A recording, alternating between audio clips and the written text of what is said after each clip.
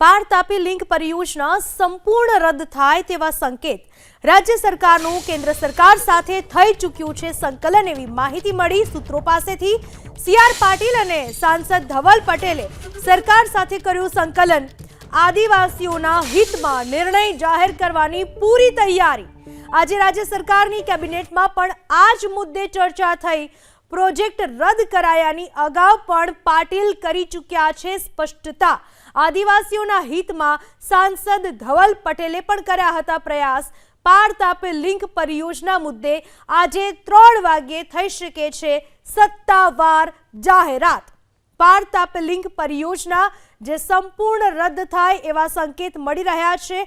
સૂત્રો પાસેથી મળતી માહિતી અનુસાર રાજ્ય સરકારનું કેન્દ્ર સરકાર સાથે સંકલન થઈ ચૂક્યું છે। સીઆર પાટીલ અને સાંસદ ધવલ પટેલે સરકાર સાથે સંકલન કર્યું અને આદિવાસીઓના હિતમાં નિર્ણય જાહેર કરવાની પૂરી તૈયારી।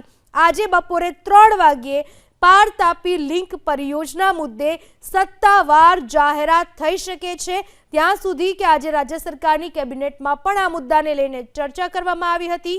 આદિવાસીઓના હિતમાં સાંસદ ધવલ પટેલે પ્રયાસ કર્યા હતા। આ વિશે વધુ માહિતી આપવા આપણી સાથે જોડાઈ ચૂક્યા છે મારા સંવાદદાતા હિરેન રાજગુરુ।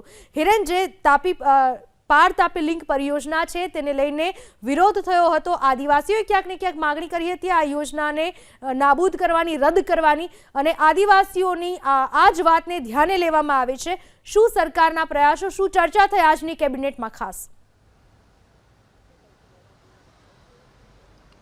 સૌથી મહત્વપૂર્ણ બાબત કે ઘણો જૂનો આ પ્રોજેક્ટ છે પાર તાપી લિંક યોજના, અને એ પ્રોજેક્ટ હવે શરૂ થવાની તૈયારીમાં હતો। કારણ કે તાજેતરની અંદર જ સંસદની અંદર પણ આ ચર્ચા થઈ હતી અને સંસદની અંદર પણ એ માહિતી જળશક્તિ મંત્રાલય દ્વારા આપવામાં આવી હતી કે જે પ્રોજેક્ટ રિપોર્ટ છે, પ્રોજેક્ટ રિપોર્ટ પૂર્ણ થઈ ચૂક્યો છે। જો કે આદિવાસી વિસ્તાર અને ખાસ ગુજરાતના આદિવાસી વિસ્તારની અંદર આ યોજનાને લઈ અને મોટા પ્રમાણમાં વિરોધ થયો હતો। લાગી રહ્યું છે કે વિરોધને ધ્યાનમાં લેતા સરકાર સંગઠન કેન્દ્ર સરકાર અને ગુજરાત સરકાર વચ્ચે મધ્યસ્થી થઈ છે।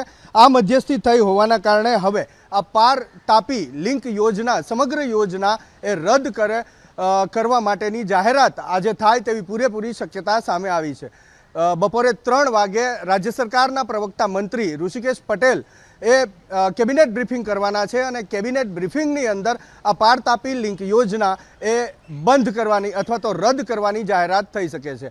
રહી વાત આજની કેબિનેટની, તો આજની કેબિનેટની બેઠકની અંદર પણ આ ચર્ચા કરવામાં આવી છે। આજની કેબિનેટ બેઠક પૂર્વે ચર્ચા થઈ એ પહેલાં વલસાડના સાંસદ છે ધવલ પટેલ અને કેન્દ્રીય જળશક્તિ મંત્રી સીઆર પાટીલ એ બંને વચ્ચે વાત થઈ હતી અને આ પ્રોજેક્ટના કારણે આદિવાસીઓને નુકસાન થાય છે। આ ઉપરાંત આદિવાસીઓ નથી ઈચ્છતા કે તેમના વિસ્તારની અંદર આ પાર તાપી લિંક યોજના એ શરૂ થાય, તેને લઈ અને વિસ્તૃત ચર્ચા કરવામાં આવી હતી।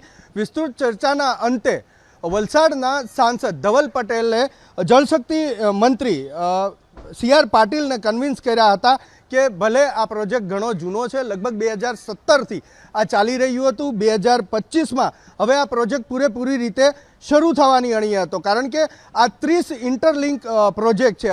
એક પ્રોજેક્ટની અંદર નાના અલગ 30 જેટલા પ્રોજેક્ટ થવાના હતા। એને 30 ઇન્ટરલિંક પ્રોજેક્ટ તરીકે ઓળખવામાં આવે છે।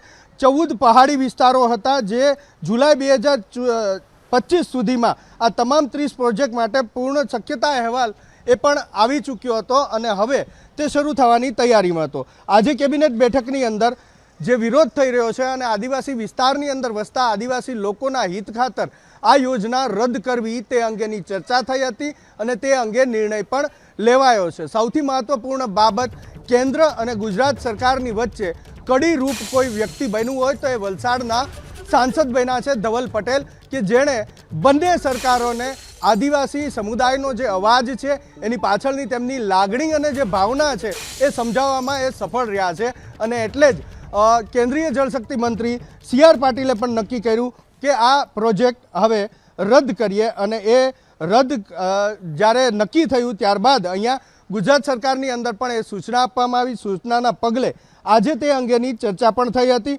ચર્ચાના અંતે આ માફ કરજો, પાર તાપી લિંક પ્રોજેક્ટ એ રદ કરવાની સંપૂર્ણ માહિતી આપવામાં આવી છે અને આ નિર્ણય બપોરે કેબિનેટ બ્રીફિંગ થશે 3 વાગે, ત્યારે સરકારના પ્રવક્તા મંત્રી ઋષિકેશભાઈ પટેલ જાહેર કરે તેવી પૂરી શક્યતા હાલ જાણવા મળી રહી છે. જી આભાર હિરેન આપનો તમામ માહિતી બદલ. તો પાર તાપી લિંક પરિયોજના સંપૂર્ણપણે રદ થાય તેવા સંકેત મળી રહ્યા છે. આજે બપોરે 3 વાગે સત્તાવાર રીતે તેની જાહેરાત થઈ શકે છે.